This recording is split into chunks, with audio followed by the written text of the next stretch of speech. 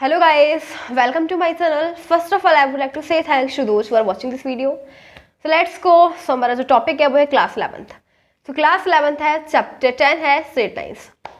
So question number है हमारे पास exercise 10.2 का question number 3rd. So let's go on question number 3rd. Let's see what is in question number 3rd.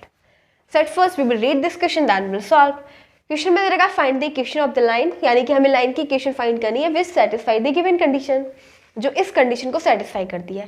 ठीक है, तो ये दे रखी है हमारे पास condition passing through 0,0 with slope m, यानी कि गाइस एक ऐसी लाइन जो इन पॉइंट से होकर पास होती है एंड जिसकी स्लोप क्या दे रखी है, m दे रखी है. तो हम फाइंड करेंगे. देखो ये तो वी नो that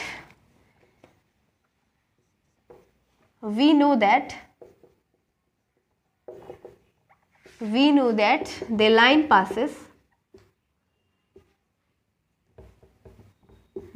passes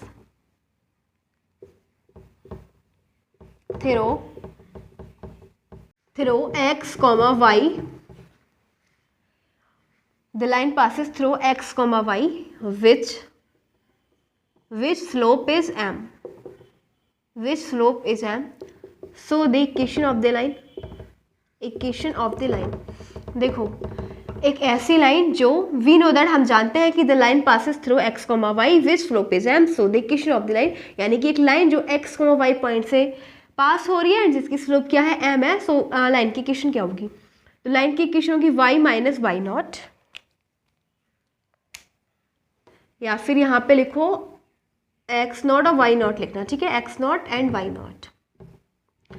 तो देखो ये हो जाएगी y minus y naught equals to में m और इनटू में x माइनस एक्स नॉट. ठीक है, ये किसकी इक्वेशन है, एक ऐसी लाइन जो x नॉट और y नॉट से पॉइंट से पास होती है जिसकी स्लोप क्या दे रखी है, m दे रखी है. तो इस इक्वेशन की उस इक्वेशन की जो उस लाइन की इक्वेशन क्या हो जाएगी, ये हो जाएगी. ठीक है, अब सिंपल सी बात दे रखी है. अब जो ये हमें लाइन है वो इन पॉइंट से पास हो रही है. ठीक है, but the line passes through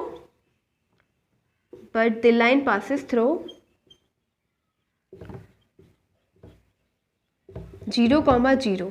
ठीक है, जो लाइन है वो कहाँ से पास हो रही है, वो 0,0 पॉइंट से पास हो रही है एंड विच स्लोप इज, इसकी भी स्लोप क्या दे रखी है, विच स्लोप इज m दे रखी है. तो सिंपल सी बात है कि हम x नॉट और y नॉट की जगह क्या रखेंगे, ये पॉइंट से पास हो रही है यानी कि 0,0. तो y माइनस वाई नॉट की जगह रखेंगे 0 और m तो m ही है. ठीक है, स्लोप m ही है. x माइनस एक्स नॉट की जगह भी हम 0 रखेंगे. तो ये हो जाएगा y इक्वल्स टू mx. यही हमारे पास हमें क्या फाइंड करना था, हमें equation of the line find करनी थी. ठीक है, तो इक्वेशन ऑफ द लाइन ये है, यही आंसर है of question number 3rd.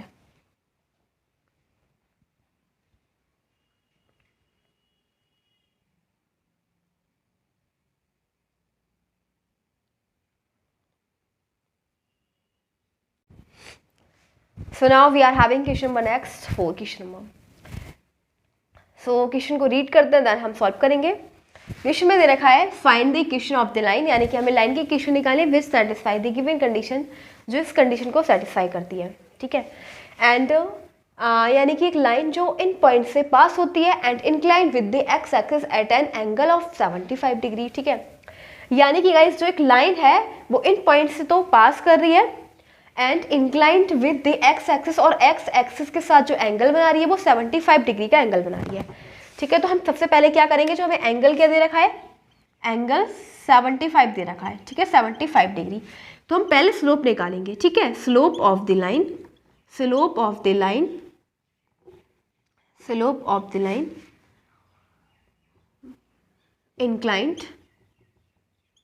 inclined with the x-axis at an angle of 75 degree. हमें क्या निकालना है, हमें स्लोप निकालना है, लाइन की स्लोप निकालनी है जो x एक्सिस के साथ 75 डिग्री का एंगल बनाती है.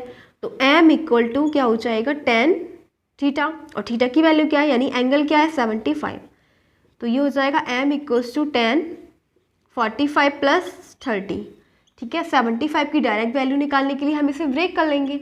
ये हो जाएगा tan 45 प्लस 30, अगर दोनों को ऐड करेंगे तो 75 डिग्री हो जाएगा. ठीक है, अब देखो क्या हो जाएगा tan tan a plus b का फॉर्मूला अप्लाई कर देंगे, tan a प्लस बी का, tan a plus tan v, tan a plus tan v upon 1 minus tan a into tan v। Okay, तो देखो क्या हो जाएगा, tan 45 प्लस tan 30 अपॉन में 1 माइनस tan 45 इंटू में tan 30। tan 45 की value होती है 1 एंड tan 30 की वैल्यू होती है 1 upon root 3 upon 1 minus tan 45 की वैल्यू 1 और tan 30 की वैल्यू 1 अपॉन रूट 3। इसका एलसीएम ले लेंगे, ये हो जाएगा रूट 3 प्लस 1 अपॉन में रूट 3 और फिर हो जाएगा root 3 minus 1 upon root 3। Root 3 से रूट 3 कैंसिल आउट एंड ये आ गया हमारे पास रूट 3 प्लस 1 अपॉन में रूट 3 माइनस 1। ये हमने क्या निकाला, स्लोप है। ठीक है, क्या है, स्लोप है ये क्या आ गया, स्लोप आ गई। ठीक है, यानी कि m इक्वल्स टू में क्या आ गया, रूट 3 प्लस 1 अपॉन में रूट 3 माइनस 1। अब देखो हमने स्लोप निकाला, हमें क्या निकाला है, हमें लाइन की इक्वेशन निकालनी है जो इन पॉइंट से पास होती है एंड m हमारे पास दे रखी है। तो इससे पहले वाला भी हमने इक्वेशन किया था, तो वो लाइन की इक्वेशन क्या लिखी थी हमने, जो इन पॉइंट से पास हो रही थी x, y, तो हम निकालेंगे। तो सो the equation of the line, अब थोड़ा रफ कर लेते हैं। देखो इसको रफ कर लेते हैं एंड यहाँ पे लिखेंगे, so the equation of the line, equation of the line which passes through 2, 2, 3 points and slope m equals to में दे रखा है हमें root 3 plus 1 upon root 3 minus 1। अब हम इसके अंदर इसको रफ कर देते हैं एंड इधर लिखेंगे, लाइन की इक्वेशन क्या होती है, y minus y 1 equals to में y माइनस बाई 1 कर लो इंटू में m x माइनस x1। ठीक है, और देखो x1 की वैल्यू हमें, x1 और y1 की वैल्यू क्या दे रखी है, x1 हमें दे रखा है 2 एंड y1 क्या दे रखा है 2 रूट 3। ठीक है, तो हम x बाई की 1 की जगह क्या अप्लाई करेंगे, y1 की जगह हम पुट करेंगे 2 रूट 3। ठीक है, 2 रूट 3, m हमें दे रखा है रूट 3 प्लस 1 अपॉन में रूट 3 माइनस 1 इंटू में x माइनस x1 की वैल्यू हमें 2 दे रखी है। ठीक है, यही तो होती है लाइन की इक्वेशन जो 2 पॉइंट से पास होती है। ठीक है, यानी कि जो एक पॉइंट से जिसके x, y पॉइंट से पास होती है उस लाइन की इक्वेशन ये होती है। ठीक है, एक पॉइंट से x, y पॉइंट से लाइन पास होती है तो उसकी इक्वेशन ये होती है। अभी हमने इससे पहले वाला इक्वेशन किया था तो उसमें y1 और x1 की जगह हमने y0 और x0 यूज किया था, बाकी बिल्कुल इक्वेशन सेम थी, वो भी यही था क्वेश्चन। ठीक है, मतलब उसके अंदर भी हमसे ये पूछा गया था कि जब x जो ये लाइन है ये 0,0 पॉइंट से पास हो रही है। ठीक है, तो उसके अंदर हमने y1 और x1 की जगह हमने ये 0,0 लगाया। अब बट हमें यहाँ पे दे रखा है x1 और y1 की जगह क्या दे रखा है 2 दे रखा है और ये दे रखा है 2 रूट 3 y1 की जगह। ठीक है, तो बस कुछ नहीं करना, यही करना है। अब देखो हम इसको सॉल्व करेंगे। अब क्या करेंगे, ये आ जाएगा, हम इसकी मल्टीप्लाई कर देंगे, क्रॉस प्रोडक्ट करेंगे, मतलब इसकी मल्टीप्लाई इधर। ठीक है, तो ये हो जाएगा y minus 2 root 3 multiply root 3 minus 1 equals to में रूट 3 प्लस 1 इंटू में x माइनस 2। इसकी मल्टीप्लाई करोगे तो हो जाएगा y root 3 minus y minus 2 root 3 into root 3 हो जाएगा 3 हो जाएगा और 3 2 जा 6, तो ये हो जाएगा 6 plus minus minus plus 2 root 3 equals to में root 3 into X minus 2 root 3 plus X minus 2। ठीक है, अब देखो कुछ कैंसिल आउट हो रहा है, कैंसिल आउट नहीं हो रहा। ठीक है, तो हम क्या करेंगे, x और y को एक साइड में एंड बाकी इनको एक साइड में कर लेंगे।